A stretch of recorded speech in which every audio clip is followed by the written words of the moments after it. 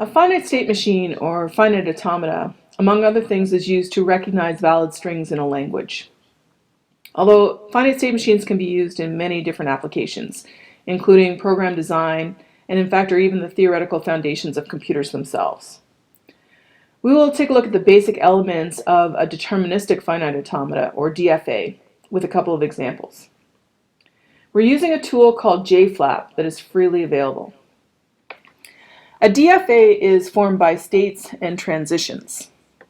A state is represented with a circle, and a transition is represented with an arrow.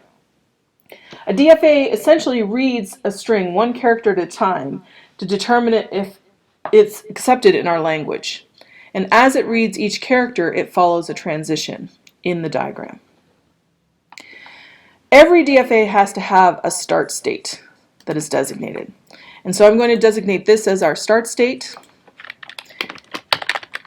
And I indicate that by having an arrow going into the start state coming from nowhere.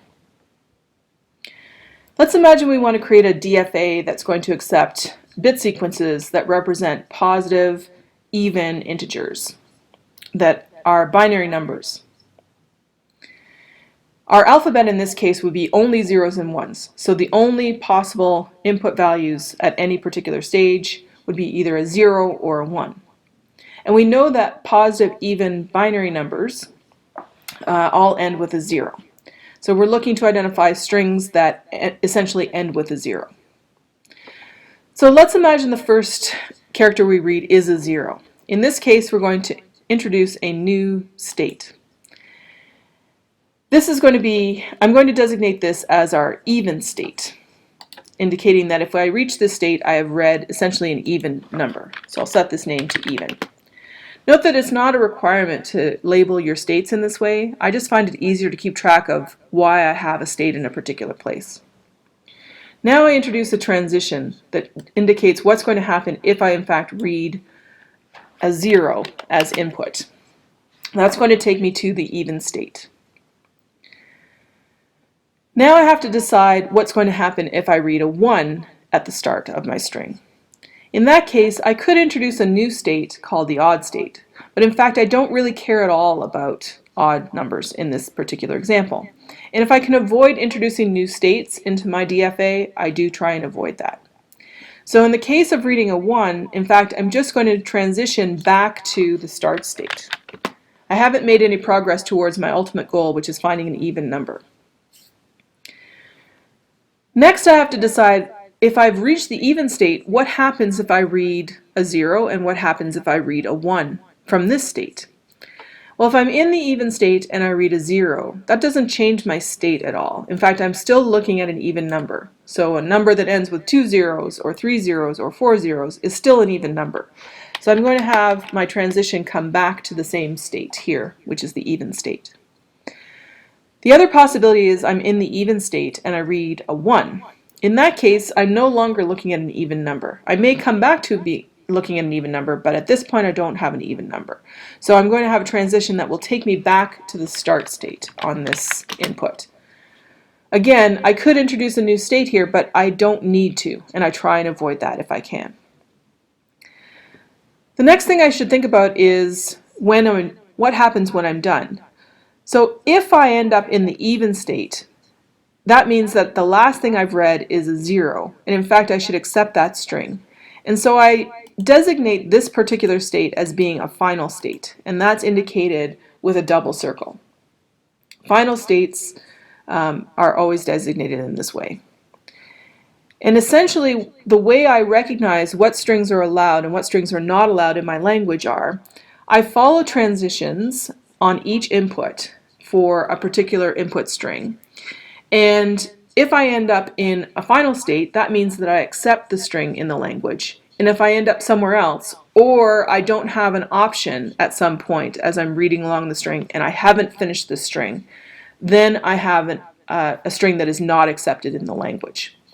So let's look at a couple of examples here. Imagine that I have the string 100. So in that case, if I read that string in, the first bit is going to be a 1. That's going to take me back to the start state.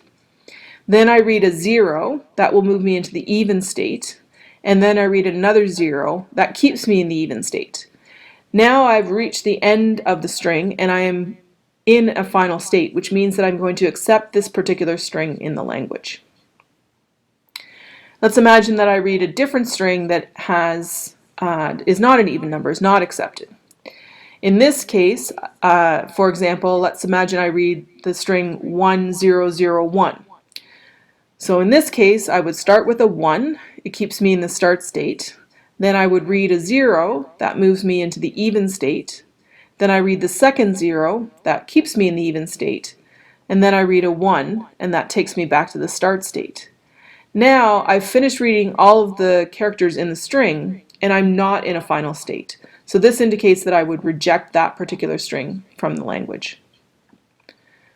So just to reiterate, a DFA has states indicated with circles, one of which has to be a start state.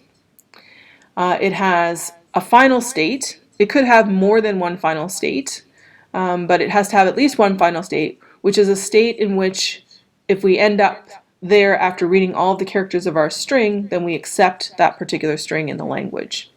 And it has transitions that will move us from one state to another based on the character that we've just read from the input.